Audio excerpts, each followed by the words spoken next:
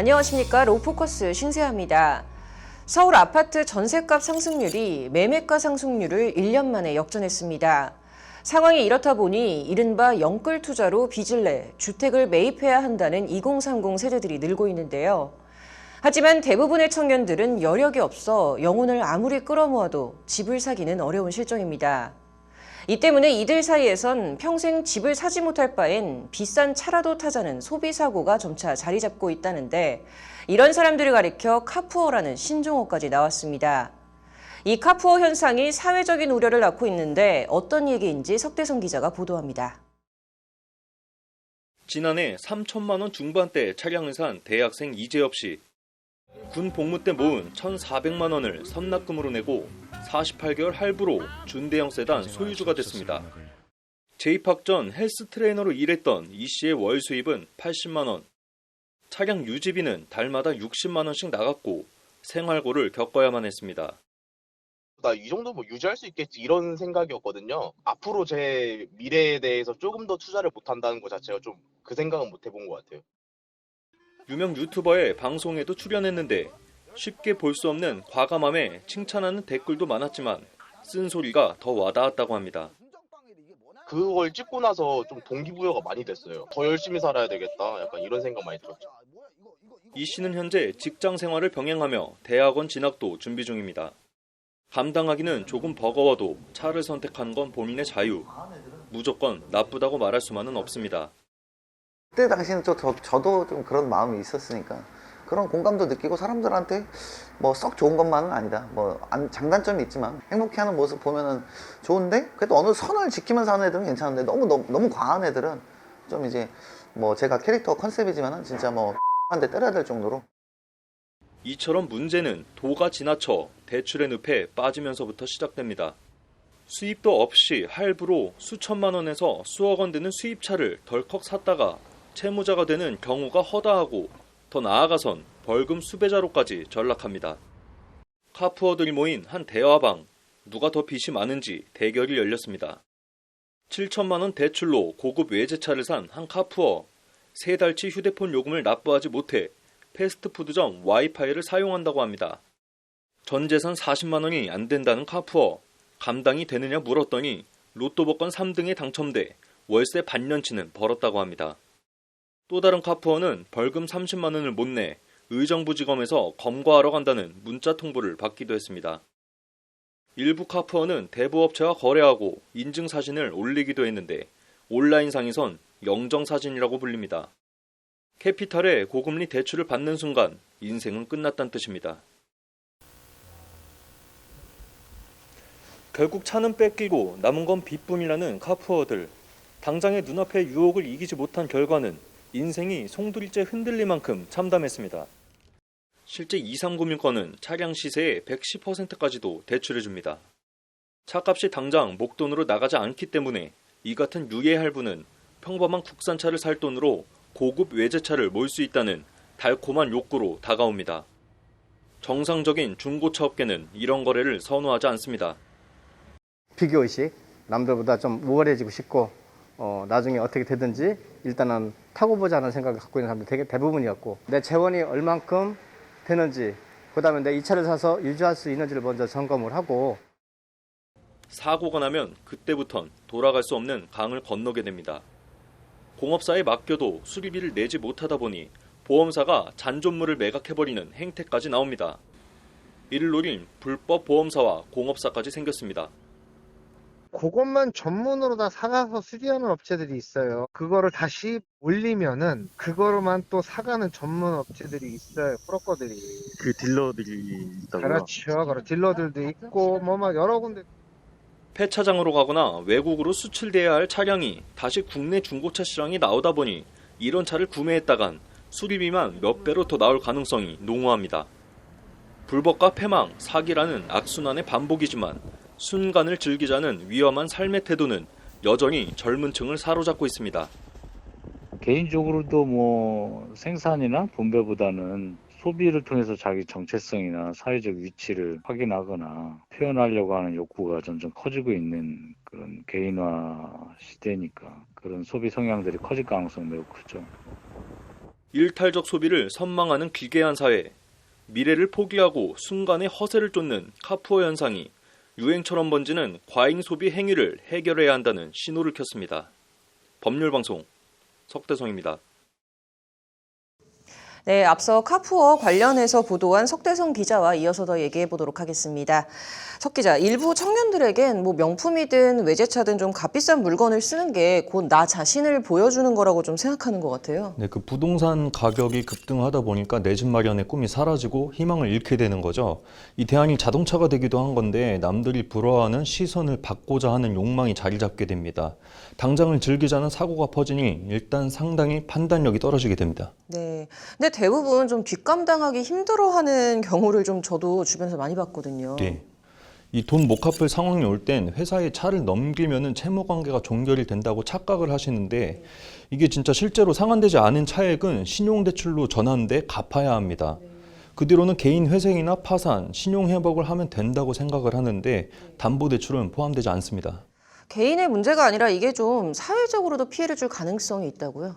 그렇습니다. 그 채무자가 부담금을 감당하지 못해 개인 회생을 신청하면은 그 부담은 결국 금융회사가 떠안게 되겠죠.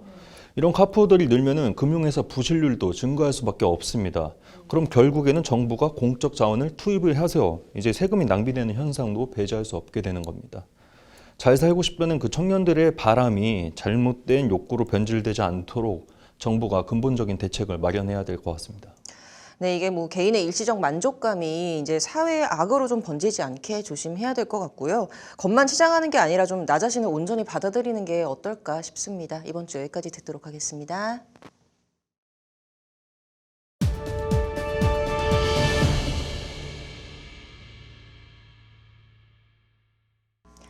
지난해 말 국내 1위 임플란트 제조업체 오스템 임플란트에서 대규모 횡령 사건이 벌어졌죠.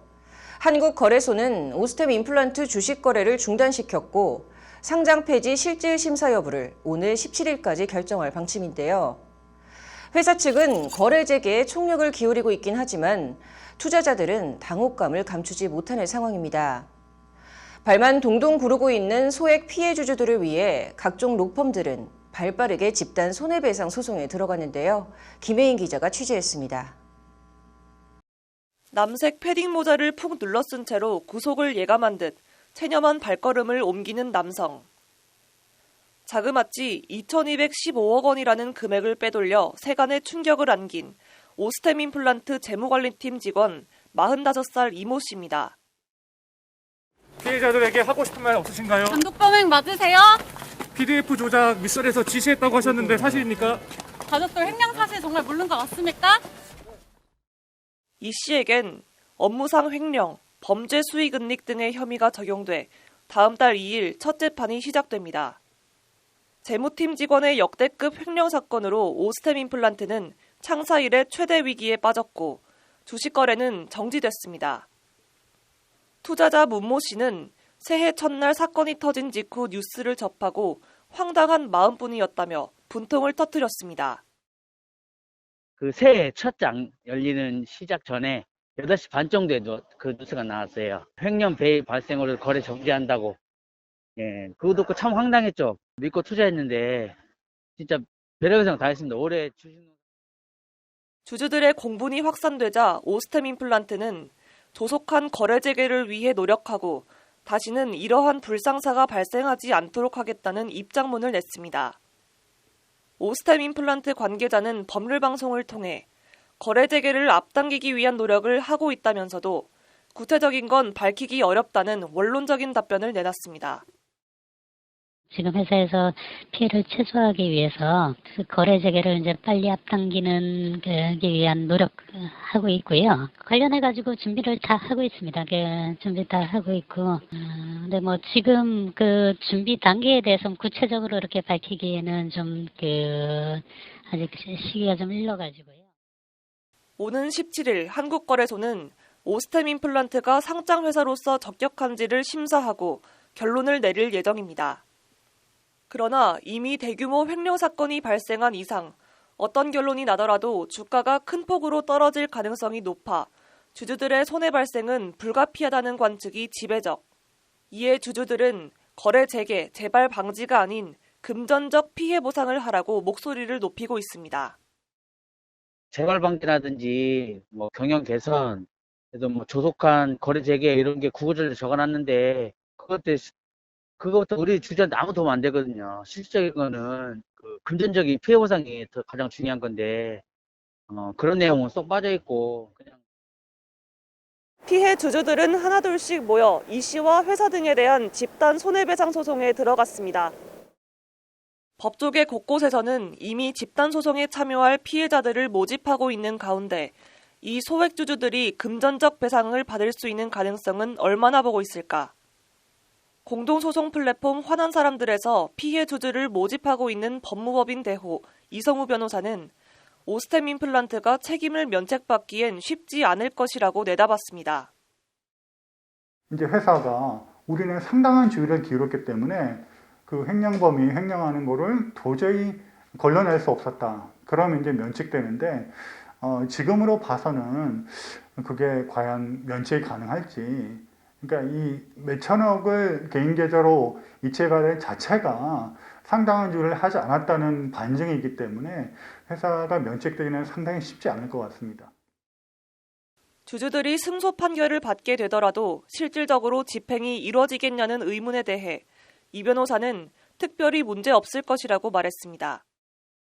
나중에 승소를 해도 집행 가능성에 대해서 이제 문제를 퀘스천 마크를 가지는 분들이 많은데 오스템은 워낙 그 업력도 오래되고 워낙 그 매출이나 그런 뭐 점유율도 꽤 적지 않기 때문에 나중에 승소 판결 받은 후에 뭐 집행에 염려했다거나 뭐 그럴 가능성은 별로 없다고 생각합니다. 다만 이제 배상 비율이 조금 문제될 것 같고, 다만 그 집행하는 데는 특별히 문제가 없을 것 같다는 생각이 듭니다.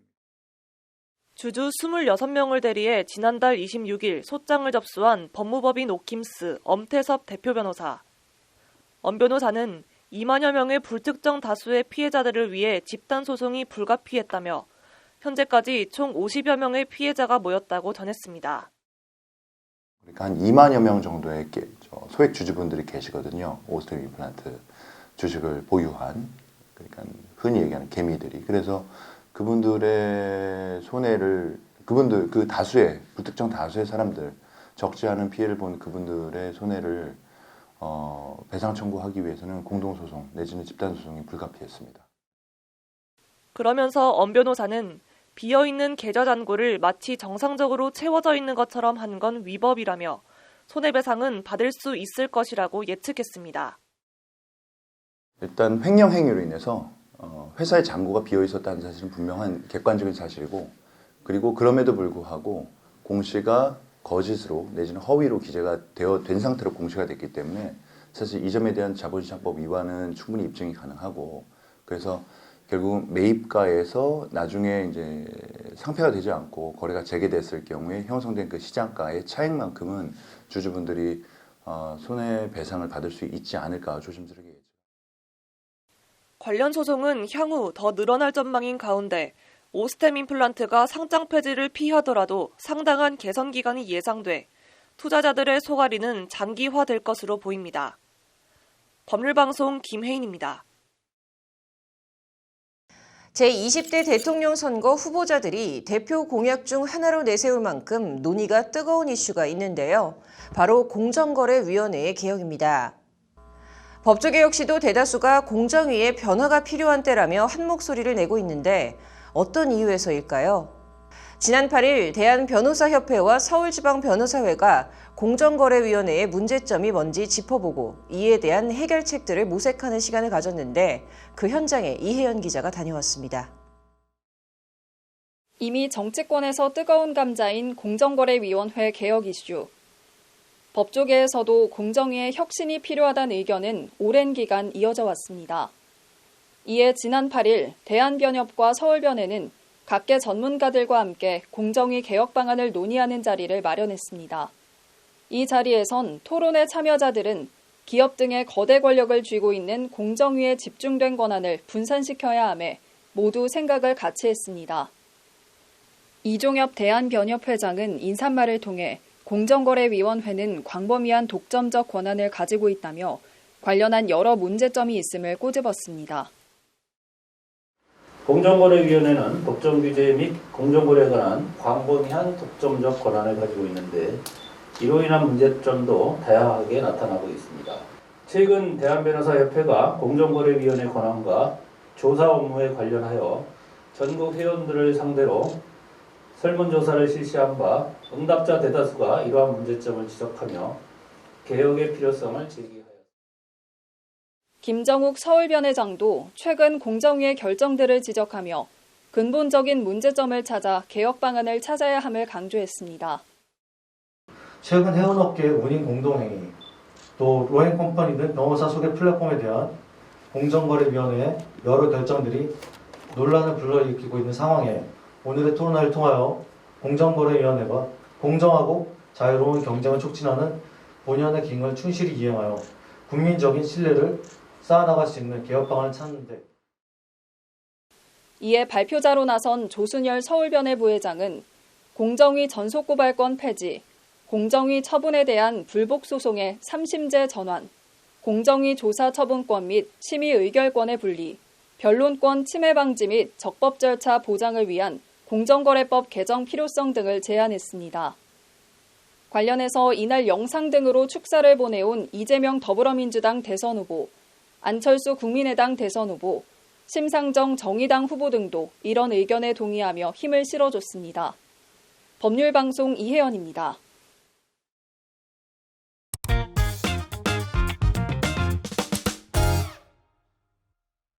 변호사 세무사가 말해주는 돈 되는 법. 이번 주에는 재벌들의 자녀 사랑, 일감 몰아주기 특수 목적 법인에 대해서 알려드리도록 하겠습니다. 변호사님 어서 오십시오. 세무사님 어서 오세요. 네, 올 초에 이제 현대차 정몽구 정의선 부자가 자본금 24원인 기업을 조세 회피처에 설립을 해서 일감 몰아주기 과세를 좀 피했다라는 내용이 언론의 주목을 좀 받았습니다. 현대차 그룹 외에도 많은 대기업들이 사실 이 일감 몰아주기를 많이 활용하고 있는 것 같아요. 변호사님, 먼저 이 일감 몰아주기 이게 어떤 건가요? 네, 가장 간단히 설명드리면 일감 몰아주기란 그 특정 개인이 그 특정 법인과의 거래를 통해서 이득을 취하는 것입니다. 뭐 대표적인 예로 들면 이제 아버지가 제조업 회사를 한다라고 하면 아들이 유통회사를 설립해서 이제 그 제조업 회사가 생산하는 부품들을 이제 유통회사를 통해서 계속 판매를 하게 된다면 유통회사에겐 상당한 이익이 남을 수 있겠죠. 이러한 행위들을 이제 일감 몰아주기라고 좀 표현할 수 있습니다. 그렇다면 이제 재벌들이 일감 몰아주기를 하는 이유가 도대체 왜 그런지 좀 궁금하실 텐데요. 이거는 이제 자녀에 대한 좀 부의 이전 때문입니다. 알고 계시는 것처럼 우리나라의 이제 상속세 및 증여세율이 좀 워낙 높기 때문에 이제 아무래도 정상적인 방법으로 신고를 하면 이제 세율이 너무 높게 나오고 세액이 과다하기 때문에 일감 몰아주기를 통해서 이제 최대한 이제 그 자녀에게 이익을 좀 몰아주고 있는 것으로 보입니다. 네, 좀 일감 몰아주기를 좀 부의 이전 목적으로 이제 하는 거라고 말씀을 해주셨는데요. 그렇다면 이제 아까 뉴스에서 뭐 페이퍼 컴퍼니를 설립했다라고 하는 걸 보면은 아직도 근데 이런 소득이 다 과세가 되고 있지는 않은가 봐요. 네, 맞습니다. 그 앵커님께서 정확히 언급을 해주셨는데요. 이게 워낙 그 구체적인 세금에 부과되는 기준이기 때문에 저희가 여기에 대해서 뭐 구체적인 요건들을 모두 다 설명드리기에는 오히려 들으시는 분이 더 혼란스러우실 것 같아서 저희 핵심적인 요소 3가지만 추약을 해서 좀 전달을 드리도록 하겠습니다. 그 세법상 일감 몰아주기 과세가 되기 위해서는 3가지 요건을 반드시 좀 충족을 해야 되는 기준이 있거든요. 첫 번째는 세후 영업이익이 있어야 되는 조건입니다. 그 수혜 법인이 이러한 거래를 통해 가지고 이익을 가져가야 되는 거고요. 두 번째는 특수관계법인 거래 비율이 정상 거래 비율의 30%를 초과할 것. 그리고 마지막으로는 지배주주와 그 친족의 주식 보유 비율이 한계 보유라고 표현하는 3%를 초과한다고 한다면 그 수혜법인의 지배주주와 그 친족인 주주들이 수중자료부와 그들이 이제 증여세를 납부해야 되는 것입니다. 그 이와 유사하게 일감 떼어주기라는 과세도 역시 있거든요. 이것도 역시 첫 번째로는 그 수혜법인이 지배주주와 특수관계에 있는 법인으로부터 사업 기회를 제공받아 해당 부분의 영업이익이 일정 부분만큼 있어야 되는 요건이 있고요. 두 번째로는 수혜법인의 지배주주와 그 친족의 주식 보유 비율이 일정 기준을 좀 이상이어야지만 증여세가 부과된다라고 하는 주체적인 좀 요건이 있습니다. 근데 실무적으로 좀 한 가지 좀 알고 계셔야 될 부분이 그 모든 회사들이 이러한 그 일감 몰아주기에 대한 과세가 되는 것이 아니라 특수관계 법인과에 대한 그 거래 매출액 기준이 있거든요. 그 절대적으로 저희가 1,000억 원 이상의 포함이 되어야지만 과세가 되기 때문에 아직까지는 많은 기업들이 과세 대상이 되는 건 아니지만 점점 더 그 기준이 이제 그 세법 개정을 통해 점점 낮아지고 있기 때문에 많은 분들 좀 유의하시면 좋으실 것 같습니다. 네. 이런 과세 대상자들이 사실 세금보다 더 무서워하는 게 공정거래법이라고 하던데요. 변호사님, 이 공정거래법에서도 좀 일감 몰아주기에 대한 과징금 제도 같은 게 있을까요? 네, 맞습니다. 국세청에서는 이제 증여세라는 제도를 통해 가지고 이제 세금을 과세하기 위한 규정을 마련하고 있는데요. 공정거래법 같은 경우에는 부당한 이익으로 봐서 과징금이 부과될 수 있는 규정을 마련하고 있습니다. 이것들이 좀 서로 유사한 것 같지만 조금은 다른 부분들이 있어서 좀 간단하게 설명을 드리도록 하겠습니다. 우선 공정거래법의 목적은 특수관계인에 대한 이제 부당한 이익을 제공하는 것을 아예 금지하는 것입니다. 만약 이제 해당 규정을 충족한 경우에는 과징금을 이제 부과하도록 되어 있고요. 또 증여세법은 특수관계인, 즉 이제 개인들에게 증여세라는 세금을 부과하지만 그 공정거래법은 부당 지원을 한 법인과 그 거래 상대방 모두를 이제 부과 대상자로 하고 있다는 점에서 좀 차이가 있습니다. 또한 이제 과징금만 부과되는 것으로 끝나는 것이 아니라 3년 이하의 징역이라든지 2년 이하, 2억 이하의 벌금, 이러한 그 조치들이 있고요. 그리고 공정거래위원회가 이제 처벌을 하기 위해서 또 이제 고발 통보 등을 이게 병과하여 할 수 있기 때문에 유의할 필요가 있습니다. 실제로 이러한 공정거래법상 제재가 워낙 강력하다 보니까 저희에게 사전적으로 좀 법률 검토라든지 법률 자문을 이제 요청하시는 경우가 많이 있는데요. 아마 이제 정몽구나 정의선 부장님들도 이제 좀 그러한 선택을 해서 어느 정도 좀 전문가들이 도움을 받아가지고 업무를 하신 것으로 보입니다. 네, 좀 역시 세금이나 과태료 등은 미리 이제 좀 피할 수 있다면은 좀 준비를 해서 피하는 게 제일 좋은 방법인 것 같은데요. 최근 이런 법인들을 활용한 절세 방법들이 많이 유행을 하고 있다고 하던데 이건 뭘까요? 네, 맞습니다. 최근에는 이제 법인을 활용한 절세 방법이 굉장히 많이 보편화되고 많은 컨설팅을 저희도 주된 업무로 좀 하고 있는데요. 저희가 생각하기에 그 이유를 크게 두 가지로 생각하는데 첫 번째는 많은 부분들이 이제 법인에 대한 부담감이 많이 없어졌습니다. 그리고 저희가 신규 설립 법인의 수는 계속 매해마다 증가되고 있거든요. 법인에 대한 수가 아무래도 증가되는 게 첫 번째 요인으로 저희가 보고 있고요. 두 번째로는 이제 개인들이 부담을 해야 될 소득세뿐만이 아니라 이제 부대 비용이나 포함된 준조세까지도 워낙 높다 본 거니까 법인들을 통해 가지고 이제 활용을 많이 하고 있으신 부분이 맞습니다. 그래서 대표적인 방법을 좀 몇 가지만 저희가 간단하게만 좀 설명을 드리면 첫 번째가 그 일감 몰아주기, 저희가 아까 설명드렸던 부분을 활용해서 절세 방법을 가져가는 겁니다. 앞서 설명드린 것처럼 그 일감 몰아주기가 많은 절세 혜택이 있기 때문에 재벌들뿐만이 아니라 그 많은 고소득 개인 사업자분들이나 아니면 다른 분들도 법인을 통해서 많은 절세 방법을 좀 가져가고 있고요. 예를 들어서 설명을 드리면 아까 제조업을 하시는 분들이 유통뿐만이 아니라 요즘에는 온라인 판매도 굉장히 많이 하시잖아요. 그래서 제조만 내가 하고 새로운 판매처는 이제 자녀를 형성한 가족법인을 통해 가지고 좀 형성을 많이 하면서 이렇게 법인이 많이 형성을 되는 부분을 통해서 절세를 많이 가져가고 있고요. 또 의사분들처럼 고소득 개인 사업자분들도 이제 의료가 워낙 좀 세금이 좀 높다 본 거니까 가족법인을 통해 가지고 업무를 좀 많이 분해하면서 절세를 좀 많이 가져가고 있습니다. 그리고 두 번째로는 저희가 특수목적 법인이라고 이제 SPC라고 표현하는 특수목적 법인을 활용을 하는 방법인데요. 그 주된 회사의 핵심적인 업무만을 남겨두고 나머지 법인들을 이제 SPC라는 특수목적 법인을 통해서 이제 활용을 하는 거거든요. 예를 들면 이제 금융투자업을 영위하는 법인이 주된 회사라고 한다면 이 투자업 위에 외부에서 자금을 유치받거나 아니면 해당 자금을 운영하거나 이런 부분들을 이제 SPC라는 목적 법인을 설립을 해서 운영을 하면서 주된 회사와 SPC의 역할을 좀 분배하면서 활용하고 있는 방법도 좀 많이 있습니다. 그래서 이러한 방법들이 절세나 부의에 대한 혜택이 워낙 크다 본 거니까 과세관청 측에서도 여기에 대해서 역시 알고 있는 경우가 되게 많거든요. 그래서 여기에 대해서 요즘에 국세청도 여기에 대해서 탈세 세류, 세금의 추징 사례라고 하면서 많이 발표되는 것들이 이런 경우가 굉장히 많거든요. 그래서 이런 것들을 만약에 관심이 있으시다고 한다면 반드시 좀 전문가와 상담을 받아가시고 정확하게 법률적이나 세무적인 검토를 받고 업무를 정확하게 좀 진행하시는 게 좋으실 것 같습니다. 네, 최근 트렌드까지 좀 잘 들어봤고요. 마지막으로 변호사님께서 이 일감 몰아주기와 관련된 좀 판례를 하나 소개를 해주신다고요? 예, 일감 몰아주기 과세가 이제 워낙 쟁점이 많은 과세 이슈긴 한데요. 제가 오늘 소개시켜드릴 부분은 그 중에서 이제 가장 중요한 그 특수관계인에 대한 판례를 좀 소개시켜드리고자 합니다. 간략히 요약해서 설명드리면 세법은 이제 경영에 실질적으로 이제 관여를 한 영향력을 행사할 수 있는 자라면 이제 특수관계인으로 이제 본다는 사실입니다. 즉 형식상으로는 내가 이제 지분 비율이 충족되지 않은 경우라 할지라도 사실상 영향력을 행사할 수 있다면 이를 특수관계인으로 판단해서 이제 증여세를 부과할 수 있다라는 것입니다. 많은 납세자분들이 이제 이런 형식적인 요건을 기준으로 판단해서 나의 지분이 뭐 20%가 되지 않았으니까 나는 특수관계인은 아니겠지 뭐 이렇게 생각을 하시는데 과세관청은 좀 그렇게만 생각을 하지 않기 때문에 이럴 때마다 이제 실제적인 이제 권한 행사의 내용들을 보셔가지고 내가 특수관계인에 해당하는지 아닌지에 대해서 좀 검토를 해보실 필요가 있습니다. 특히 또 회사의 매출 구조 등이 변경된 경우에는 세법상의 이제 합리적이고 객관적으로 좀 타당한지에 대해서 납세자가 이제 입증을 해서 그러한 매출 구조 변화가 정당한 사유가 있다 또는 없다. 뭐 납세자 입장에서 당연히 정당하다고 이야기를 해야겠죠. 그것을 증명해야지만 이제 세금 리스크를 좀 회피할 수 있습니다.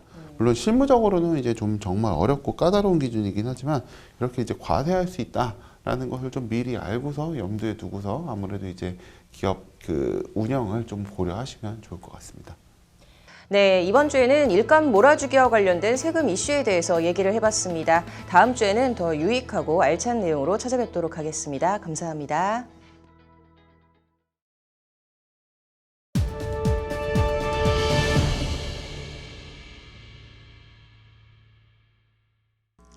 로포커스 이번 주엔 카푸어들에 대한 얘기 해봤습니다. 인생 한 번인데 뭐 어떠냐라는 생각으로 수입의 대부분을 차에 쏟아붓는 2030 세대들이 제 주변에도 참 많습니다. 이런 이들에게 현실에서 쉽게 볼 수 없는 용기라며 환호하는 사람들도 있지만 누군가는 거친 욕설을 날리기도 합니다. 차를 좋아하면 투자하는 것도 괜찮다고 생각하지만 자신의 소득을 훨씬 뛰어넘는 수준의 상품을 구매하는 이러한 과잉 소비 행태가 유행처럼 번지는 것은 매우 위험한 심리 아닐까 하는 우려가 개인적으로 들기도 하는데요. 빈대에서 빛나게 살자는 카푸어들의 삶이 과연 얼마나 환할지는 잘 모르겠습니다. 로포커스 여기서 마치도록 하겠습니다. 시청해주셔서 고맙습니다.